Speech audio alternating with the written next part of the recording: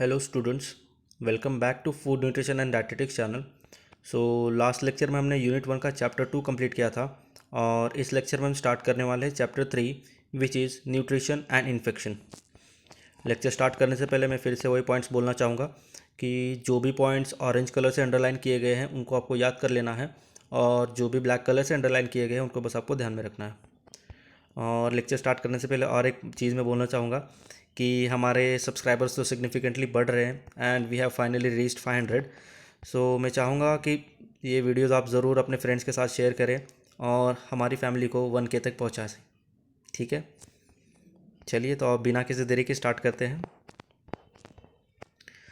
The role of nutrition in disease prevention and health management is very well established. Also, you are aware that poor nutrition can directly lead to ill health, disease and infections. बिल्कुल यहाँ पे बोले जा रहा है कि जो nutrition का रोल होता है, न्यूट्रिशन का जो कंज्यूम करते हैं हम अपने बॉडी में, वो कैसे हेल्प करता है डिजीज़ को प्रिवेंट करने के लिए, हेल्थ को मैनेज करने के लिए, ये सारी चीज़ हम काफ़ी अच्छी तरह से जानते हैं। हमें ये भी पता है कि जो पुअर न्यूट्रिशन अगर हम लेंगे तो इसके कारण हमें काफ़ी सारी बीमारियों से सफ़र करना पड़ सकता है और इन्फेक्शन भी हो सकता है। सो यही चीज़ यहाँ पे बोली जा रही है। Infection are cause by microorganisms which in turn can lead to malnutrition. Obvious ये बात बोली गई है। इन्फेक्शंस जो कि किए जाते हैं माइक्रो ऑर्गेनिजम्स द्वारा, बेसिकली बोल सकते हैं हार्मफुल माइक्रो ऑर्गेनिजम्स द्वारा, जो कि अल्टीमेटली लीड कर देता है माल न्यूट्रिशन को। अब इसका इंटर रिलेशन क्या है, इसके सब के बारे में हम आगे आने वाले पॉइंट्स में देखेंगे। ठीक है, बेसिकली आप ये समझ सकते हो कि इस चैप्टर में हम इन्फेक्शन और माल न्यूट्रिशन के बीच का इंटर रिलेशन देखने वाले हैं और काफ़ी सारे केस स्टडीज़ भी देखने वाले हैं। सो आपको ध्यान से वीडियो देखते जाना है और जो मैंने पॉइंट्स बोले हैं वो आपको फॉलो करने हैं। ठीक है, तो चलिए बिना किसी देरी के आगे बढ़ते हैं। Infection and malnutrition have been always closely linked. Evidences suggest that common childhood infection impose their influence in precipitating malnutrition. बिल्कुल यही बोला जा रहा है कि इन्फेक्शन और मालन्यूट्रिशन काफ़ी क्लोजली लिंक्ड है और एविडेंसेस जो कि चाइल्डहुड इन्फेक्शन के बारे में बताते हैं हमें, तो ये हमें ये भी बताते हैं कि जो मोस्ट ऑफ द फैक्टर्स है प्रेसिपिटेटिंग मालन्यूट्रिशन को लीड कर देता है। अब आप सोच रहे हो कि प्रेसिपिटेटिव मालन्यूट्रिशन क्या होता है। तो प्रेसिपिटेटिंग मालन्यूट्रिशन और कुछ नहीं, बस आप ये समझते हो कि ये एक अर्ली सिम्टम है मालन्यूट्रिशन का। ओके, जिसको उन्होंने प्रेसिपिटेटिंग मालन्यूट्रिशन बोला है। The relationship between malnutrition, impaired immunity and infection can be described as a vicious cycle.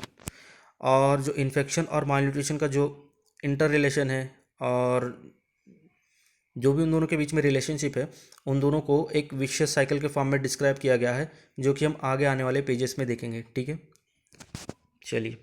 The cycle of malnutrition and infection. Malnutrition, as you already know, is an impairment of health resulting from deficiency or lack of food, nutrients or an imbalance of nutrient in diet. बिल्कुल, malnutrition जैसे कि हमने 11th में भी पढ़ा था कि ये किस कारण होता है। तो malnutrition इज़ बेसिकली किसी भी जो है फूड हो गया या फिर न्यूट्रिएंट हो गया, उसका इम्बैलेंस हमारी बॉडी में हमारे प्रॉपर डाइट ना लेने के कारण जो होता है, उसको malnutrition कहा जाता है।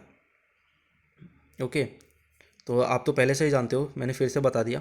Almost any nutrient deficiency if sufficiently severe will diminish infection resistance to infection. बिल्कुल, और कोई भी न्यूट्रिएंट डिफिशिएंसी हमारी बॉडी में हो, उसके कारण कोई भी सीवियर सा बहुत सारे सीवियर इश्यूज हो जाते हैं। और उसमें से इन्होंने ये बताया है कि जो हमारी डिजीज़ से फाइट करने की जो एबिलिटी होती है वो काफ़ी हद तक रिड्यूस हो जाती है। ठीक है, let us understand the interaction between mall nutrition and infection with the help of the case study. अब हम एक केस स्टडी देखने वाले हैं जो कि काफ़ी अच्छी केस स्टडी है। आपको इसे काफ़ी हद तक समझ आएगा कि कैसे माल न्यूट्रिशन और इन्फेक्शन इंटर रिलेटेड है। ओके, तो चलिए पढ़ते हैं। राजू, अ 4-year old boy, is suffering for infectious diarrhea caused by invasion of harmful microorganism in the body. The infection causes loose motion, fever, dehydration, and impaired absorption. On further investigation, he was also diagnosed to be suffering from protein energy malnutrition, reflecting as loss of weight. Now, when the two diseases exist in the same person, here Raju, concurrently, the interaction between the two diseases usually alters the nature of behavior of disease and the overall clinical status of the children or the child worsens, often resulting in increased complication or increased duration of disease and in severe cases result in death. यहाँ पे एक काफ़ी simple सी case study दिखाई गई है जो कि एक 4 साल के बच्चे, राजू नाम के 4 साल के बच्चे पे दी गई है। यहाँ पे बोला जा रहा है कि ये बच्चा सफ़र कर रहा होता है डायरिया जैसे इन्फेक्शन से। सो डायरिया में बेसिकली क्या होता है, उसके सिम्टम्स भी इन्होंने स्टेट कर दिए हैं। मैं फिर से एक बार रिपीट कर दूंगा कि डायरिया में पर्सन सफ़र करता है लूज मोशन से, फीवर से, डिहाइड्रेशन से और इम्पेयर्ड अब्जॉर्प्शन से, जो कि यहाँ पे पहले उन्होंने स्टेट कर दिया है। सो आपको ये नोट कर लेना है, क्योंकि ये डायरेक्टली पूछ देंगे कि what are the symptoms of diarrhoea, ठीक है। और इसके साथ साथ यहाँ पे बोला जा रहा है कि वो बच्चा प्रोटीन एनर्जी मालन्यूट्रिशन से भी सफ़र कर रहा होता है। तो यहाँ पे दो कंडीशन दिखाई गई है, ठीक है। इन्फेक्शन के साथ साथ वो प्रोटीन एनर्जी मालन्यूट्रिशन से भी सफ़र कर रहा होता है, जिसके कारण उसका जो वेट है वो काफ़ी सिग्निफिकेंटली कम हो गया होता है। सो ये दोनों कंडीशंस साइमल्टेनियसली उस राजू में होने के कारण उसका जो क्लिनिकल स्टेटस है वो जितना होना चाहिए उससे और कम हो गया है। बेसिकली काफ़ी सीवियर हो गई उसकी कंडीशन, और जो कि अगर अच्छे तरह से ट्रीट नहीं किया गया तो वो डेथ भी लीड कर सकता है। तो काफ़ी अच्छा एग्जांपल यहाँ पे हमें दिया गया है कि कैसे मालन्यूट्रिशन और इन्फेक्शन दोनों के प्रेजेंस के कारण राजू की कंडीशन वर्स होती जा रही है। तो आपको केस स्टडी एक बार देख लेना है, मैंने तो एक्सप्लेन कर ही दिया है, बट और कुछ डाउट्स हो तो आप ज़रूर कमेंट्स में करें, ठीक है। In case of Raju infection is a common precipitating factor for malnutrition. बिल्कुल एक कॉमन प्रेसिपिटेटिंग फैक्टर है मालन्यूट्रिशन। राजू को जो इन्फेक्शन हुआ मालन्यूट्रिशन, जो कि शायद से उसको अर्लियर जो कि उसके बोल सकते हैं शुरुआती स्टेज में भी उसको अच्छी तरह से न्यूट्रिशन ना मिलने के कारण ये इन्फेक्शन हुआ हो, और ये काफ़ी सीवियर होता जा रहा है। Ironically, malnutrition is also one of the major factor in occurrence of infection, and the two interact, making each other worse. यहाँ पे बोला जा रहा है कि मालन्यूट्रिशन एक मेजर फैक्टर है जो कि इन्फेक्शन को लीड कर दिया है, ओके। और इन दोनों का जो इंटरैक्शन है वो काफ़ी हद तक राजू की कंडीशन को वर्स करता जा रहा है। फिर से हमें यहाँ पे एक डायग्राम दिया गया है जो कि बिल्कुल अच्छी तरह से इलिस्ट्रेट किया गया है इंटरैक्शन मालन्यूट्रिशन और इन्फेक्शन के बीच का। सो इसको हम देखेंगे, that is figure 3.1, interaction between infection and malnutrition. So start करते ऊपर से। Under nutrition leads to decreased immune function, और ये decreased immune function further lead to infection, and infection may lead to impaired absorption, altered gut lumen, mucosal injury, and which ultimately lead to undernutrition। तो यहाँ पे आप देख सकते हैं कैसे चारों चीज़ें रिलेटेड है। यहाँ पे बोला जा रहा है कि पहले अगर हम अंडर न्यूट्रिशन को कंडीशन देखें तो अंडर न्यूट्रिशन के कारण जो कोई पर्सन है कोई अंडर न्यूट्रिशन से सफ़र कर रहा है, सो उसके कारण जो उसकी इम्यून एबिलिटी होती है, जो भी उसकी डिजीज़ फाइटिंग एबिलिटी होती है बॉडी की, वो कम हो जाता है। डिजीज़ फाइटिंग एबिलिटी कम होने के कारण वो अल्टीमेटली इन्फेक्शन के लिए मोर प्रोन हो जाता है। इन्फेक्शन में जिसमें जो उसकी एब्जॉर्प्शन कैपेसिटी है, उसकी ल्यूमन की जो गट है, म्यूकोसल जो इंजरी इन्फेक्शन के कारण हुई है, इसके कारण वो अच्छी तरह से प्रॉपर डाइट नहीं ले पाता, और ये अल्टीमेटली लीड कर देता अंडर न्यूट्रिशन को। तो यहाँ पे आप देख सकते हैं कि कैसे अंडर न्यूट्रिशन और इन्फेक्शन इंटर रिलेटेड है, ओके। तो आपको भी ये इंटरेक्शन समझाएं, और आगे आने वाले एग्जांपल्स में भी और क्लियर होता जाएगा। सो आप अच्छी तरह से वीडियो देखते जाइए। An inadequate dietary intake in case of Raju led to weight loss, low immunity, mucosal injury, invasion by pathogens, and impaired growth and development as illustrated in figure 3.1। यहाँ पे वही बोला जा रहा है कि inadequate dietary intake जो कि हमने राजू के केस में देखा वो लीड कर रहा था वेट लॉस को, और वेट लॉस के साथ साथ ये उसकी इम्यूनिटी को भी काफ़ी हद तक लो कर दिया था, मतलब कम कर दिया था, ठीक है, जो कि अल्टीमेटली उसकी जो ग्रोथ है और डेवलपमेंट है उसको भी अल्टर कर रहा था। सो इसको काफ़ी अच्छे तरह से, जैसे कि हमने फिगर 3.1 में देखा कि कैसे अंडर न्यूट्रिशन और इन्फेक्शन इंटर रिलेटेड है, और केस स्टडी से भी पढ़ा, तो यहीं पे वही चीज़ यहाँ पे फिर से बोली जा रही है। Raju's nutrition was further aggravated by diarrhoea, mall absorption, loss of apatite, deprivation of nutrients from the immune response, and urinary nitrogen loss, all of which led to nutrient losses and further damage to the defense mechanism, making him more vulnerable to infection। यहाँ पे फिर से वही बोली जा रही कि राजू की जो कंडीशन थी वो फर्दर एग्रीवेट हो गया था, मतलब और बढ़ गया था और वर्स हो गया था डायरिया के कारण, माल अब्जॉर्प्शन के कारण, उसके भूख ना लगने के कारण, न्यूट्रिएंट की जो डेफिशिएंसी थी उसके कारण, ये सारी चीज़ें काफ़ी हद तक उसकी कंडीशन को और वर्स करती जा रही थी। और उसके साथ साथ यूरिनरी नाइट्रोजन लॉस भी बोला गया। ये सारी चीज़ें उसकी कंडीशन को और ख़राब करती जा रही थी, और जो उसकी डिफेंस मैकेनिज्म थी वो ज़्यादा वल्नरेबल हो रही थी इन्फेक्शंस को। This in turn led to further reduced dietary intake, causing a vicious cycle of malnutrition and infection as highlighted in figure 3.2. और ये अल्टीमेटली लीड कर रहा था एक विशियस साइकिल को, जो कि था माल न्यूट्रिशन और इन्फेक्शन का, जो कि हमें दिया गया फिगर 3.2 में, जो कि हम आने वाले पेज पे देखेंगे। ये अल्टीमेटली एक विशियस साइकिल को लीड कर रहा था माल न्यूट्रिशन और इन्फेक्शन का। So, infection aggravates malnutrition or malnutrition lowers resistance to infection. The relationship between the two can be described as synergism. Infection aggravate कर सकता है मालन्यूट्रिशन को, या फिर मालन्यूट्रिशन के कारण इन्फेक्शन हो सकता है। ये दोनों के बीच में जो इंटर रिलेशन है या फिर रिलेशनशिप है, इसको एक टर्म से डिस्क्राइब किया गया है जिसको सिनर्जिज्म बोला जाता है। Synergism that is the simultaneous presence of malnutrition and infection result in an interaction that is more serious for the individual than would be expected for the from the combined effect of the two working independently। बिल्कुल। सो ये simultaneously presence होता है, तो synergism है क्या? Synergism एक simultaneous presence of malnutrition और infection का कंडीशन होता है, जो कि काफ़ी सीरियस हो जाता है, क्योंकि ये इंडिविजुअल का कंडीशन को काफ़ी वर्स कर देता है। और जो इनका कंबाइंड इफेक्ट होता है, जो कि इंडिपेंडेंटली अगर वो किसी पर्सन को अफेक्ट करते हैं, मतलब किसी पर्सन को इन्फेक्शन है बट माल न्यूट्रिशन सफ़र नहीं कर रहा, सो किसी मतलब कुछ पीरियड के बाद वो रिकवर हो जाता है। वेराज वही हम देखें कि अगर कोई पर्सन माल नरिश्ड है और इन्फेक्शन से सफ़र नहीं कर रहा, तो वो अपने प्रॉपर डाइट को फॉलो करके ठीक कर सकता है। बट दोनों साथ प्रेजेंस होने के कारण उस कंडीशन को, जो पेशेंट की कंडीशन, वो काफ़ी हद तक काफ़ी वीक बना देता है उसको, और वो काफ़ी प्रोन हो जाता है डेथ के लिए। सो इन दोनों के बीच के जो रिलेशन है उसको डिस्क्राइब किया गया है टर्म से, दैट इज सिनर्जिज्म। आपको ये नोट कर लेना है और डायरेक्टली पूछ देंगे व्हाट इज सिनर्जिज्म।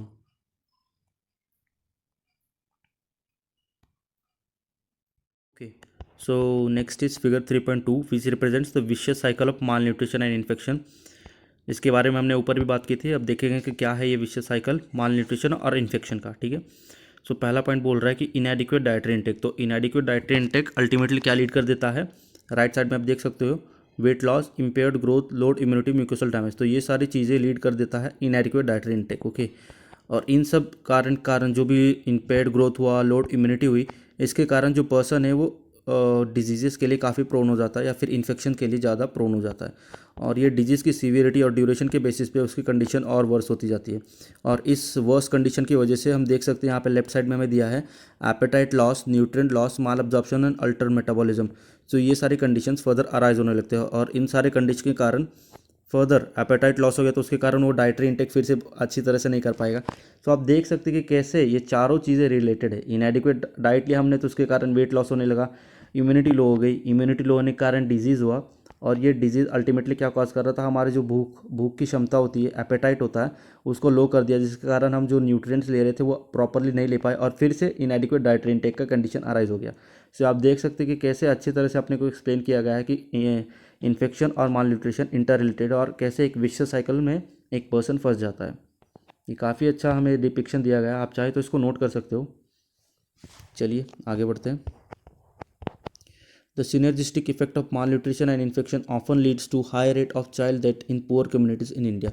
बिल्कुल, ये synergistic effect जो कि हमने ऊपर पढ़ा माल न्यूट्रिशन और इन्फेक्शन के बीच का, ये अक्सर high rate of child death rate कर देता है, चाइल्ड रेट को बढ़ा देता, मतलब डेथ रेट को पुअर कम्युनिटीज़ में इंडिया के। बिल्कुल, what generally happen is that poor rural slum household, the child is as such born with a low birth weight that is less than 2.5 kg because of inadequate dietary intake of the mother during pregnancy. Subsequently, the child is exclusively breastfed for long periods, 2 or more years.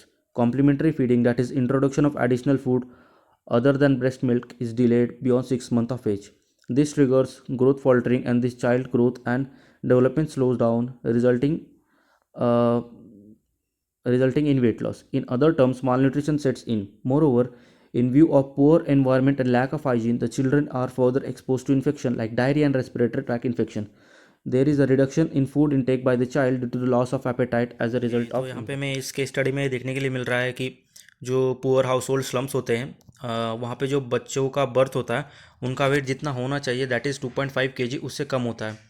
और इसके साथ साथ यहाँ पे बोला जा रहा है कि इसका कारण क्या है? तो इसका कारण ये बोल रहे हैं कि जो मदर्स होती है प्रेगनेंसी के दौरान, जो डाइटरी इंटेक उनका होना चाहिए उतना नहीं होता। इसके साथ साथ उनकी कंडीशंस वगैरह अच्छे ना होने के कारण जो ब्रेस्ट फीडिंग का ड्यूरेशन होता है विच इज़ 6 मंथ्स के लिए दिया जाता है, उस ब्रेस्ट फीडिंग के ड्यूरेशन को भी बढ़ा दिया जाता है, दैट इज़ 2 और मोर ईयर्स के लिए, ठीक है। और ब्रेस्ट फीडिंग के ड्यूरेशन बढ़ाने के साथ साथ जो कॉम्प्लीमेंट्री फीडिंग बच्चे को देना चाहिए, सॉलिड फूड मटेरियल वगैरह जो उसको देना चाहिए, वो भी डिले कर दिया जाता है, जिसके कारण उस बच्चे का जो वेट है और ओवरऑल डेवलपमेंट है वो कम हो जाता है, ठीक है। और ये सारे कंडीशंस अल्टीमेटली लीड कर देते हैं माल न्यूट्रिशंस को। माल न्यूट्रिशन तो है ही, और उसके साथ साथ जो उनका एनवायरनमेंट होता है उनके आसपास, वो भी उतना हाइजीनिक ना होने के कारण वो ज़्यादा प्रोन हो जाते हैं इन्फेक्शंस के लिए, जैसे कि डायरिया हो गया, रेस्पिरेटरी ट्रैक इन्फेक्शन हो गया।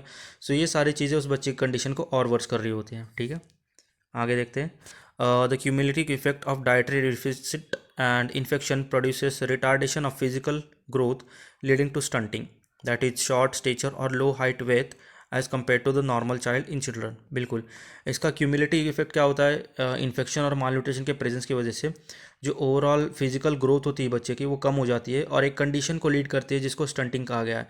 स्टंटिंग क्या होता है, बेसिकली आप समझ सकते हो कि छोटा हाइट, उनका जो हाइट होना चाहिए उनके एज के अकॉर्डिंग, उतना हाइट वो अटेन नहीं कर पाते, ठीक है। It is important to highlight here that the effect of stunting are long lasting. बिल्कुल, स्टंटिंग का इफेक्ट तो ऑब्वियसली लॉन्ग लास्टिंग ही होगा, क्योंकि ये तो ऐसा तो है नहीं कि किसी बीच के मतलब बीच में उन्होंने अच्छे से डाइट नहीं लिया और उनकी हाइट कम हो गई। ये काफ़ी लंबे समय से स्टार्ट हुआ है, जैसे कि हमने देखा ब्रेस्ट फीडिंग से ही स्टार्ट होता है वो, ठीक है। और ये काफ़ी लंबे समय तक चलता जाता है, उसके पूरे लाइफ में ये इशू फेस करना पड़ता है उसे, ठीक है। Children who are stunted grow up as adults with reduced capacity to do any physical work and are less economically productive। बिल्कुल, जो स्टंटेड बच्चे हैं उनकी ग्रोथ नहीं हुआ प्रॉपरली, जितना ग्रोथ उनकी होनी चाहिए उतना नहीं हुआ, जिसके कारण जो उनकी कैपेसिटी है फिजिकल वर्क करने के लिए या फिर कोई और काम करने के लिए, वो रिड्यूस हो जाती है, और इनको इसलिए इकोनॉमिकली लेस प्रोडक्टिव भी कहा गया है। तो आप देखते जा सकते हैं कि कितने अच्छे अच्छे एग्जांपल्स हमें दिए गए हैं। आप चाहे तो इनको नोट कर सकते हैं, नोट करने के लिए नहीं बोलूँगा, बट इसको ध्यान में रखिएगा, शायद आपको पूछ दे तो आपको ये लिखना पड़ेगा, ठीक है। चलिए आगे बढ़ते हैं। Effect of malnutrition on infection with reference to figure 3.1 and 3.2, it must be evident that you are in you that inadequate dietary intake lowers immunity। बिल्कुल, 3.1 और 3.2 फिगर से हमें तो अब तक पता लग गया है कि inadequate dietary intake जो इम्यूनिटी होती है उसको लो कर देता है। So it also leads to mucosal damage को भी कॉज करता है, and let us know more about this aspects. तो इन चीज़ों के बारे में और डिटेल में हम देखेंगे नीचे आने वाले पॉइंट्स में। तो पहला पॉइंट है, that is a point, lowered immunity. Immunity can be described as a state of being unsusceptible or being protected against a disease or illness by the presence of a particular substance in the blood. यहाँ पे देख सकते हो मैंने orange colour से underline किया, तो आपको ये नोट कर लेना है, वो डायरेक्टली पूछ देंगे इम्यूनिटी क्या है, इम्यूनिटी का डेफिनेशन क्या है। तो इम्यूनिटी का डेफिनेशन यहाँ पे बोला जा रहा है कि ये एक ऐसा स्टेट ही बॉडी का डिजीज़ के अगेंस्ट या फिर इलनेस के अगेंस्ट, जो कि बॉडी में कोई पर्टिकुलर सब्सटेंस को रिलीज करता है, और ये particular substances, these particular substances disease fighting substances are called antibodies. बिल्कुल, सो आप देख सकते हैं कि जो बॉडी में रिलीज की जाती है एंटीबॉडीज़ बाहर आने वाले एजेंट्स के अगेंस्ट, वो जो काम किया जाता है वो इम्यूनिटी करता है। तो इम्यूनिटी बेसिकली क्या कर रहा है, बॉडी में आने वाले फॉरेन एजेंट्स को न्यूट्रलाइज करने के लिए एंटीबॉडीज़ प्रोड्यूस करता है, ठीक है। सो आपको ये नोट कर लेना है, बिल्कुल ये पूछा जा सकता है, डायरेक्टली पूछ देंगे आपको कि इम्यूनिटी की डेफिनेशन क्या है, डिस्क्राइब करें। A healthy well nourished child individual is at lower risk of infection. बिल्कुल, एक healthy well nourished individual low risk होता है, मतलब कम रिस्क होता है उसको इन्फेक्शन होने के लिए। They can fight the infection because of the ability of these well-nourished individual to produce this disease-fighting substances called antibody। और मैं इसलिए यहाँ पे इसलिए ये बोला जा रहा है कि जो वेल नरिश्ड इंडिविजुअल है उनकी इन्फेक्शन होने की जो क्षमता होती है, मतलब इन्फेक्शन होने का जो रिस्क होता है वो कम होता है। तो यहाँ पे इसलिए ये बोला जा रहा है क्योंकि उनके पास एबिलिटी होती है वेल नरिश्ड इंडिविजुअल की प्रोड्यूस करने के लिए good amount of antibodies against the foreign agents जो कि उनकी बॉडी में एंटर किए है, ठीक है। But in case of malnourished individual, there is a reduction in antibody production and therefore the disease fighting capacity is lowered, making the individual more vulnerable to infection। Whereas in case of जो malnourished individual है, उनके body में तो पहले से ही जो क्या बोलते हैं माल न्यूट्रिशन की कंडीशन जो थी, उसके कारण जो उसकी डिजीज़ फाइटिंग कैपेसिटी होती है, मतलब उसके एंटीबॉडी प्रोड्यूस करने की जो कैपेसिटी होती है वो कम होती है, जिसके कारण वो ज़्यादा प्रोन हो जाता है इन्फेक्शन के लिए। तो यहाँ पे आप देख सकते हैं कि कैसे डाइट भी इम्पॉर्टेंट होता है हमारे प्रॉपर हेल्थ को मेंटेन करने के लिए और डिजीजेस से फाइट करने के लिए। ठीक है, दूसरा पॉइंट देखते हैं, effect on the integrity of skin and mucous membrane. Okay, dietary inadequacy diminishes the resistance towards infection by reducing the integrity of various tissues. In a healthy, well-nourished individual, the skin, mucosal membrane, and the other tissues are healthy and prevent the entry of infectious agent. They act as a barrier to prevent the infection from entering the body.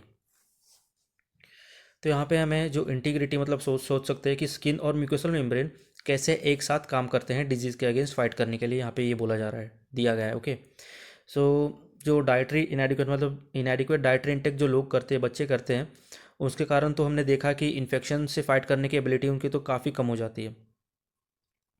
और जो integrity हमें देखने के लिए मिलती है skin और mucosal membrane में, वो इनमें काफ़ी हद तक मतलब उतना अच्छी तरह से प्रिवेंट नहीं कर पाता। वेराज हेल्दी वेलनरिश इंडिविजुअल में केस में जो स्किन है, म्यूकोसल मेम्ब्रेन है और बहुत सारे टिश्यूज़ है, ये प्रिवेंट करते हैं इन्फेक्शन एजेंट को एंटर करने के लिए और एक्ट करते हैं बेसिकली, आप समझ सकते हैं, एक बैरियर की तरह। स्किन तो आपको पता ही होगा कि हमारे बॉडी का बैरियर है जो कि एक्सटर्नल एजेंट से फाइट करता है। ठीक है, मतलब एक्सटर्नल एजेंट्स को एंटर नहीं होने देता। वेराज जो म्यूकस हमें देखने के लिए मिलता है, मेजरली हमें जो बॉडी के ओपनिंग से, जैसे कि नोज़ हो गया आपका, क्या थ्रोट हो गया, वो सब में म्यूकस प्रेजेंट होता है जो कि जो इन्फेक्शियस एजेंट्स आते हैं हमारे बॉडी में उसको ट्रैप कर लेता है। सो इन दोनों की इंटीग्रिटी प्रिवेंट करती है इन्फेक्शन से फाइट करने के लिए। Okay, in an individual suffering from mall nutrition the protective mechanism is absent. बिल्कुल, जो माल न्यूट्रिशन से सफ़र कर रहा होता है बच्चा या फिर जो कोई भी पर्सन हो, तो उसका ये जो प्रोटेक्टिव मैकेनिज्म वो एब्सेंट होता है उनके में। The mucosal membrane becomes readily permeable and provides a favourable environment for the growth of infectious agent. वेराज जैसे कि मैंने बोला कि जो हेल्दी इंडिविजुअल है उनके केस में जो infectious agents mucosal membrane trap करता है और उनको किल कर देता है, वेराज यही म्यूकोसल मेम्ब्रेन एक मालनरिश्ड इंडिविजुअल में एक फेवरेबल एनवायरनमेंट क्रिएट कर देता है इन्फेक्शियस एजेंट को ग्रो करने के लिए, क्योंकि उनके शरीर में उतनी एबिलिटी नहीं होती डिजीज से फाइट करने के लिए और एंटीबॉडीज़ की भी कमी होती है। इसके कारण जो म्यूकोसल मेम्ब्रेन है वो डिजीजेस या फिर इन्फेक्शंस को प्रिवेंट करने के बजाय और एक अच्छा इन्वायरमेंट प्रोवाइड कर देता है। Consequently the individual catches infection easily, और बिल्कुल ऑब्वियस सी बात है कि इसके कारण उसको इन्फेक्शन काफ़ी ईजिली हो जाता है। तो यहाँ पे आप देख सकते हैं कि कैसे अच्छी तरह से अपने को एक्सप्लेन किया गया है कि माल न्यूट्रिशन और इन्फेक्शन कैसे रिलेटेड है। सो आप देख रहे हो कि पूरे चैप्टर में उसी के बारे में बात की गई है, माल न्यूट्रिशन और इन्फेक्शन के इंटीग्रिटी के बारे में। ठीक है, आगे बढ़ते हैं। Infection and nutritional status. Infection no matter how mild has adverse effects on nutritional status. बिल्कुल, इन्फेक्शन कितना भी क्यों ना माइल्ड हो, कितना भी क्यों ना कम हो, वो न्यूट्रिशनल किसी पर्सन के न्यूट्रिशनल स्टेटस को अफेक्ट करता ही करता है कुछ एक्सटेंट तक। ठीक है, nutritional status refers to the condition of health of an individual as influenced by utilisation of nutrients. So nutritional status क्या आप सोचोगे, तो यहाँ पे एक डेफिनेशन दी गई है, इसको भी आपको नोट कर लेना है, डायरेक्टली पूछ देंगे आपको। सो न्यूट्रिशनल स्टेटस एक ऐसा कंडीशन है हेल्थ का किसी भी इंडिविजुअल का जो कि उसके जो न्यूट्रिएंट इनटेक है उसके अकॉर्डिंग डेवलप होता है उसकी बॉडी में। ठीक है, so how does infection influence the utilization of nutrients which in turn influences nutritional status. So कैसे इन्फेक्शन इन्फ्लुएंस करता है न्यूट्रिशनल स्टेटस को, उसके बारे में हम देखेंगे। क्वेश्चन पूछा गया है, let us understand there can be let us understand okay there can be multiple ways but the first and the foremost effect of the infection on the loss of appetite। so बहुत सारे इसके effects होते हैं, तो उसमें से पहला और सबसे फोरमोस्ट जो इफेक्ट है यहाँ पे बोला गया है कि लॉस ऑफ एपेटाइट से पर्सन सफ़र करता है। लॉस ऑफ एपेटाइट मतलब भूख ना लगना। ठीक है, तो पहला पॉइंट वही है, उसके बारे में देखते हैं क्या दिया है। A point that is loss of appetite. Do you recall the last time you were sick or down with some infection. तो यहाँ पे हमें क्वेश्चन पूछा जा रहा है कि लास्ट टाइम आप रिकॉल कर सकते हो कि आप कब बीमार पड़े थे या फिर किसी इन्फेक्शन से इन्फेक्टेड थे।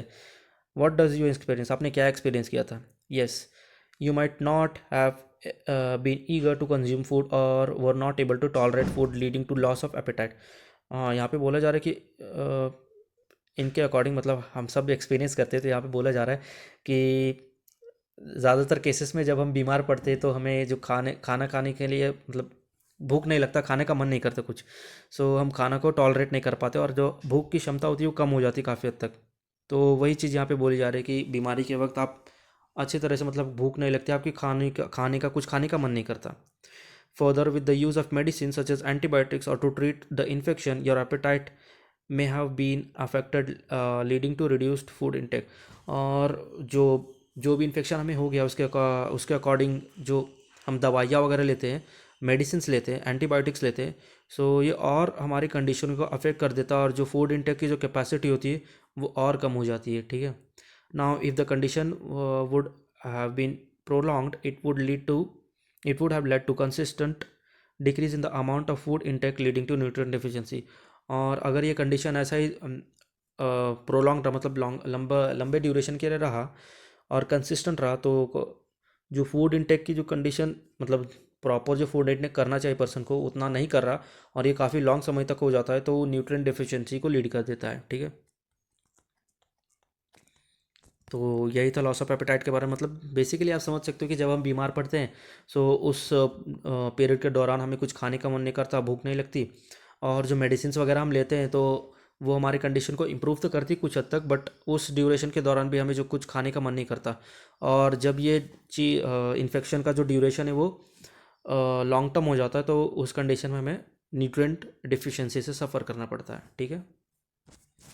दूसरा पॉइंट है unfavourable cultural practices in our country is to restrict or withdraw food from individual while suffering from infection, particularly diarrhoea or respiratory infection. तो यहाँ पे अनफेवरेबल कल्चरल प्रैक्टिसेस के बारे में बोला जा रहा है कि जो इंडिविजुअल अगर सफ़र कर रहा हो किसी कंडीशन से, पर्टिकुलरली डायरिया फिर रेस्पिरेटरी इन्फेक्शंस में, so most of the people क्या करते हैं, जो उनका डाइट होता है उनमें से कुछ फूड आइटम्स को या तो रिमूव कर देते हैं या फिर किसी फूड आइटम को कम्प्लीटली रिस्ट्रिक्ट कर देते हैं। It is believe that solid food, milk etcetera be best avoided instead of bland starchy gruels low in nutritive value being provided to rest the digestive system. और ऐसा believe किया जाता है कि जो स्टार्ची फूड हो गया, मतलब सॉलिड फूड वगैरह जो हम देते हैं, मिल्क हो गया, ये सारी चीज़ों को अवॉइड करते हुए स्टार्ची ग्रेल्स जो कि लो न्यूट्रिएंट वैल्यू के होते हैं उनको देना चाहिए, जो कि जो पर्सन के डाइजेस्टिव सिस्टम है उसको रेस्ट प्रोवाइड करता है। Such practice is deleterious and harmful, particularly when the individual, due to infection, is already having a low food intake. Further, reduction in the quality of diet contributes to nutrient deficiency and thus leads to poor nutritional status.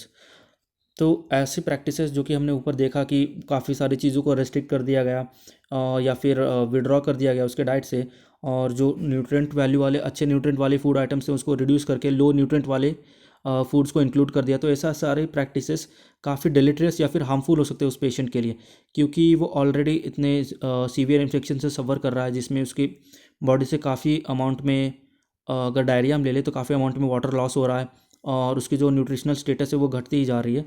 सो ऐसे condition में इन food items को, nutritive food items को exclude कर देना काफ़ी हद तक उस पेशेंट के न्यूट्रिशनल स्टेटस को काफ़ी ख़राब कर सकता है। सो ये सारी चीज़ें अवॉइड करनी चाहिए।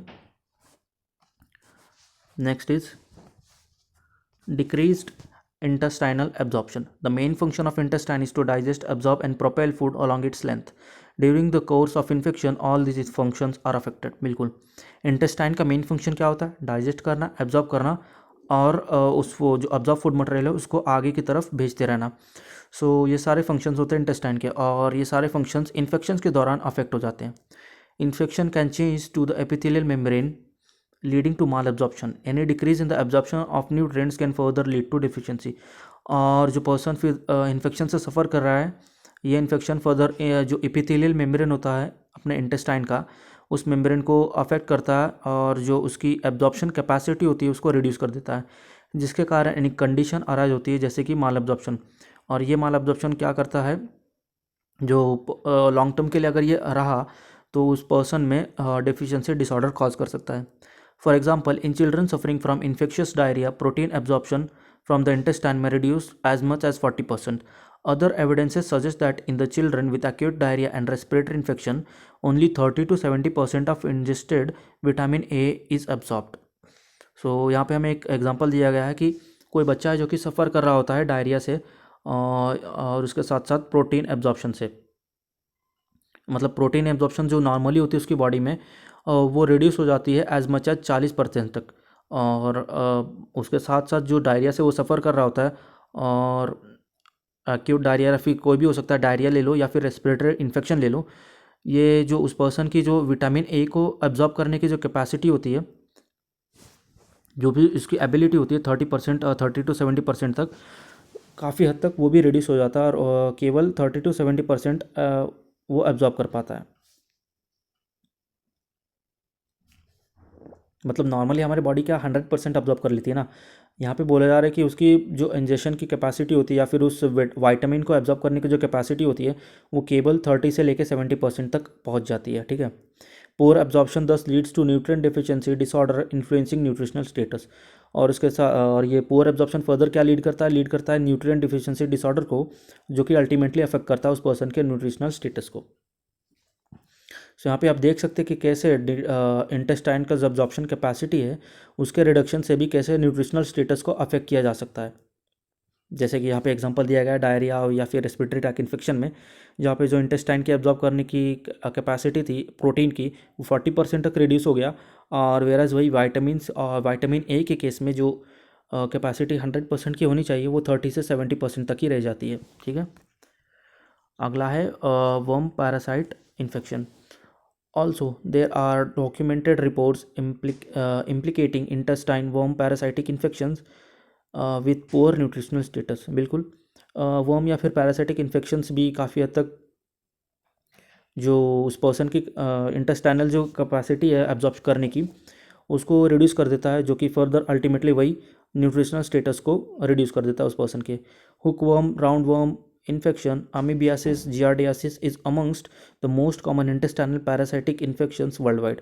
तो ये कुछ इन्फेक्शंस है जो कि काफ़ी कॉमन है पैरासाइटिक इन्फेक्शंस वर्ल्ड वाइड। ठीक है। These infections are associated with decrease child growth, loss of weight, chronic blood loss, iron deficiency leading to anaemia, diarrhoea and stunted growth.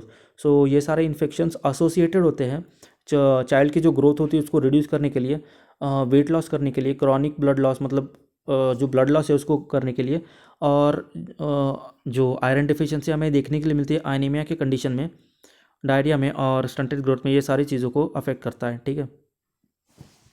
तो बेसिकली वर्म इन्फेक्शन से क्या होता है वो सारी चीज़ें बोली गई है। नेक्स्ट इज, आप ये सारे डिसऑर्डर्स नोट कर सकते हो। मुझे नहीं लगता कि ये डिसऑर्डर्स के बारे में वो डिटेल्स पूछेंगे, बट स्टिल आप चाहे तो इनको नोट कर सकते हो कि कौन से वर्म पैरासाइटिक इन्फेक्शन से, वो स्टेट करने के लिए बोल सकते हैं बट इसका एक्सप्लेनेशन नहीं मांगेंगे। चलिए आगे बढ़ते हैं। Protein loss in some infections and fevers, few nutrients, particularly proteins, are excreted and lost from the body, thus causing its deficiency. For example, diseases associated with diarrhea, dysentery produce an average loss of 0.9 grams protein per kg body weight per day.